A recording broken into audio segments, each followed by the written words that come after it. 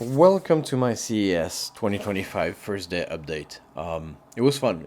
It's really big. Obviously, I am going to be starting with a brand new NVIDIA RTX 5000 series released by all the major manufacturers on the 5th of January with an availability on the 30th of that month. Now, other than a major leap forward in terms of specs and advertised performances, what I find striking is the size of the cards itself. Even the 5070 has nothing to envy from the departing 4090, well, at least for some of them. One interesting surprise here is coming from Asus. We have a Prime 5080.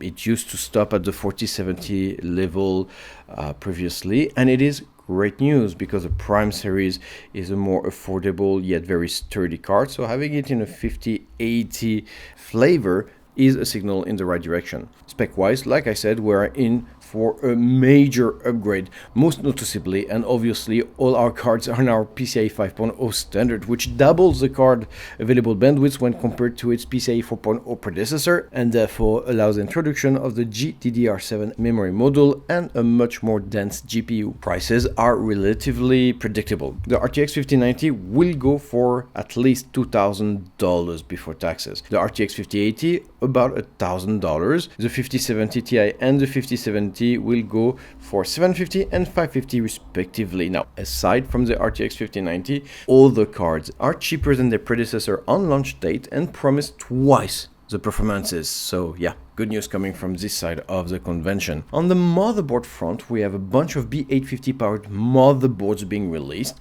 I got to see the Asus and the Gigabyte ones. Both manufacturers released rather refined products. It's nothing budgety, and seem to be banking on a richly featured chipset on a lower price tag. All the boards stay close to the X870/X870E aesthetics. I will start reviewing those boards as soon as I land back in my studio next week, so stay tuned for that. Now, I took a very quick yet close look at the peripherals and what we can expect this year. What is certain is that Chinese brands are coming heavy with better finished, more premium and aggressive pricing on keyboards in particular. I want to know the all-metal frame, three-way connections, mechanical and magnetic keyboards from ATK, which are absolutely stunning. Their design spans from aggressive military to a more geeky feel.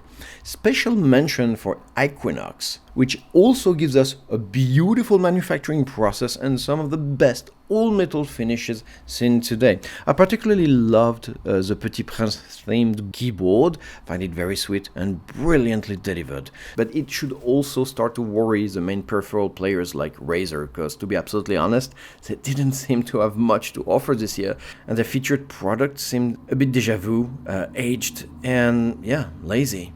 Now, on the sound side of things, I could not resist giving a visit to my childhood romance, Creative Labs.